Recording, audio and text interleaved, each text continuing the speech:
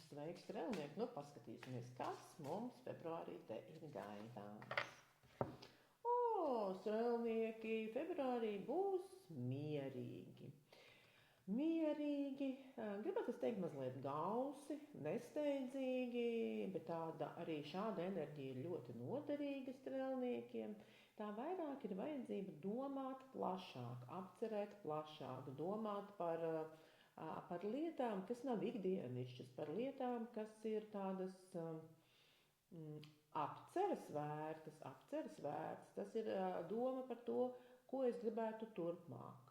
Nevis šajā mirklī, nevis šajā mēnesī, bet iespējams, kādas ir manas vērtības vai kādas ir manas prioritātes. Ja, tāds mierīgas noskaņas kārtas, kas neliek ikdienā skriet, rosīties, ņemties, kārtot, un tiešām viņa šāda mēneša nav nemaz pārāk daudz, tā kā varbūt uztverat šo enerģiju un ļaujiet viņai tā kā vadīt jūsu mēnesi un neuzskatāt, ja man tur neizdodas sarunāt vienu lietu, neizdodas sarunāt, tur man kaut ko atsaka, kāds nevar atnākt uz tikšanos, kas ir ļoti slikti. Nē, tā ir iespēja jums pabūt vienam pašam.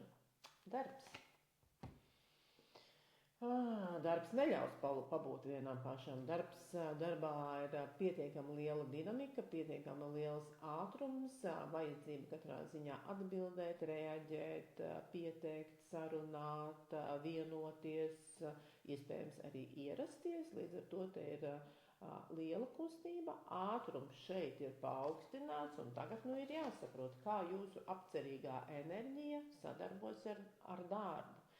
Šeit ir mazliet tā kā disonances starp šīm divām lietām, un tādēļ mans aicinājums jau tagad ir jums padomāt, kā neuzvilkties, latviski sakot, par tiem visiem sīkajām lietām, kas jūs darba frontē kustinās un neļaus varbūt iedziļināties, jo šis mēnesis ir ar vēlmi varbūt ņemt pamatīgāk vai padomāt dziļāk par kaut kādu lietu. Un šeit darbā visu laiku tā ving, kaut kas notiek, un jūs tā kā visu laiku sit ārā. Nu, tā tad šeit jau ir mieru. Jā, un tagad par partnerattiecībām. Jā, pasauli. Pasauli jau ir lielais arkāns, kas sola došanos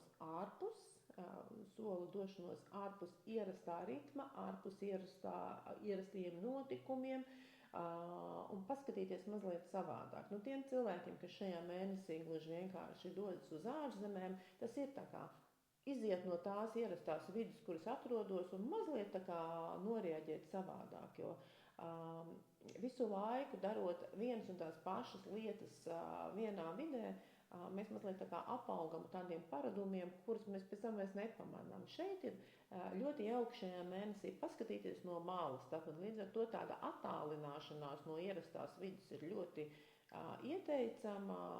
Ja jums nav nekas plānots, tad jūs varat tā kā šo te praktizēt, tā kā mazliet no malas paskatīties, kā izskatās jūsu attiecības, vai tur viss ir labi, vai tur viss ir tā, kā es gribētu. Varbūt mēs varam kaut ko atkal tur kaut ko no jauna, jo 21.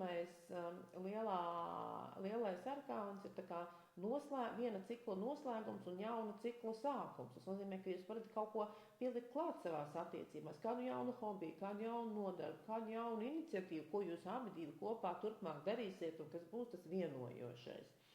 Un tiem cilvēkiem, kas tikai meklē attiecības, šī kārta aicina skatīties tālāk.